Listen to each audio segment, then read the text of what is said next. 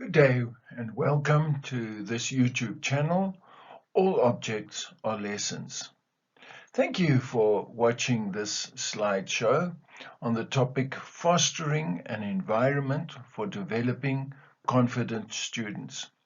These slides form a summary of the breakaway sessions presented at the ACSI Teachers Conferences. I will be considering 4 areas that produce confident learners. The first one is structure, that is the structure of the classroom. The second one is learning styles, different styles of learning for different children. The third one will be the warmth, so that is the love and care that happens for the children in your class, including prayer. And the fourth one is the support from home, church, and school. I'd like to consider 3 types of learning, which are part of every classroom structure. There is automatic learning. This is automatic responses that are typical when we are driving a car. And then academic learning, which takes place in our classrooms mostly, and creative learning. Children feel most at ease when they know where the boundaries are. And this is why developing automatic behavior is so important. You will find that junior primary teachers are particularly good at setting what they want and allowing children to develop this automatic learning. There are different responses, and these come from the limbic system. So all the automatic thinking arises in the limbic system. So most of our school day revolves around cognitive thinking, which takes place in the cerebral cortex. This cognitive thinking happens in the highly folded layer of the brain. With the non-thinking responses from the limbic system out of the way, academic learning becomes a much easier process.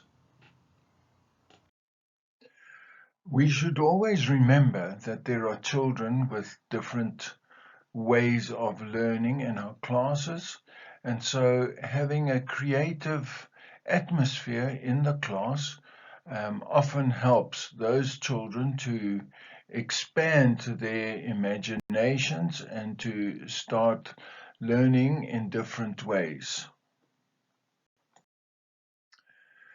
At this point, I would like to move on and look at how different personality types influence learning.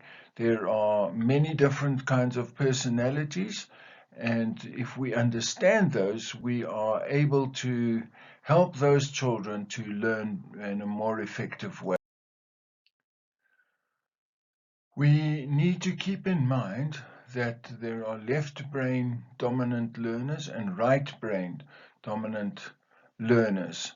And as we know, the left brain is all the analytical parts, and the right-hand side of the brain is more the creative part of the brain.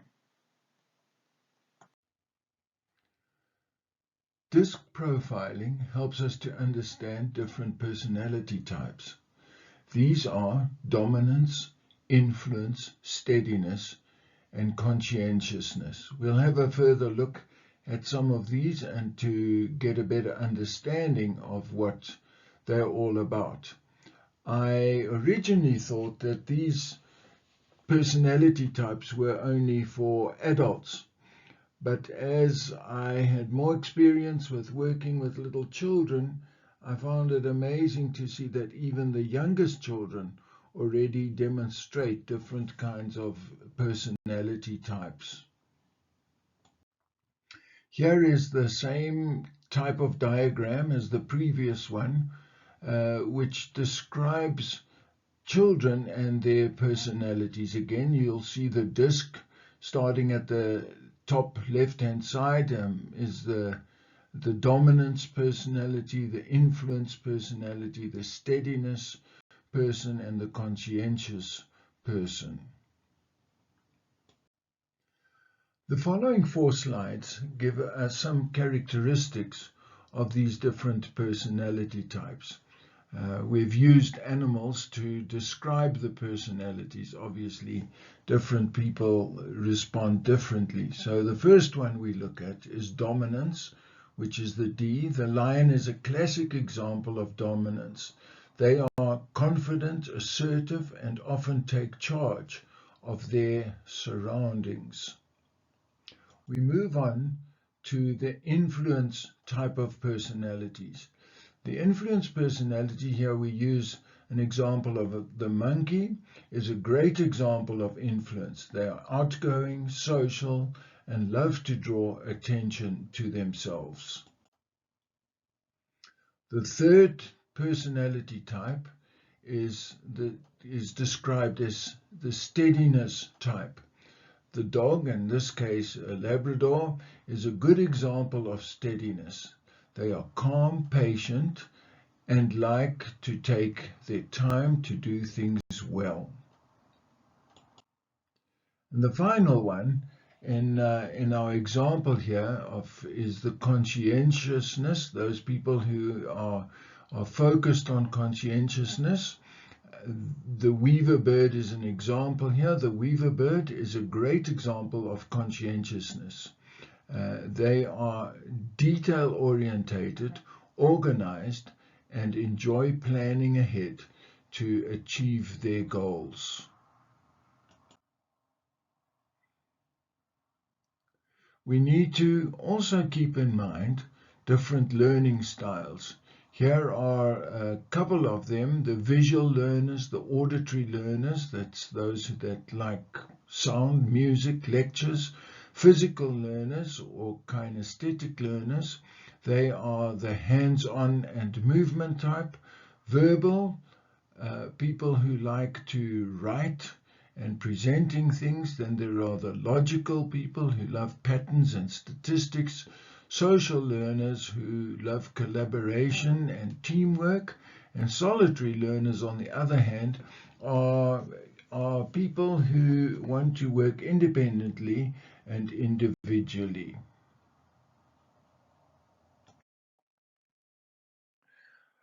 We now get to the next set of slides, which have to do with warmth and love.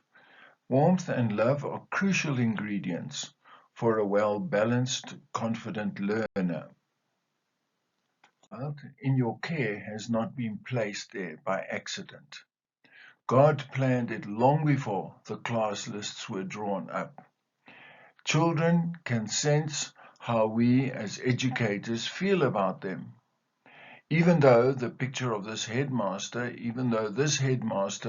was not the most favorite man, I knew he cared about me because of the kindness he showed me, which made a deep impact on me.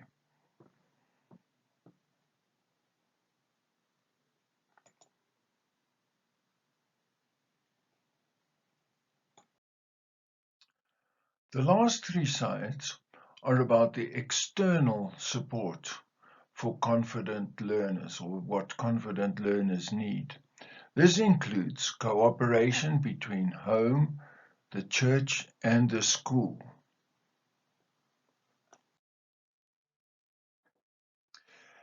As an informed educator, we need to be aware of what types of Christian schools we are teaching in. There are different models of Christian schools. Here we've mentioned outreach schools and purely Christian schools. Many of our learners will come from different denominational backgrounds. This will also impact how we teach them. Christian homes may be very different.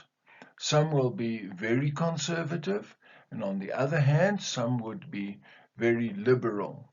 This would again make quite a difference to how we approach the children and how we teach them. So home, school and church all need to work together.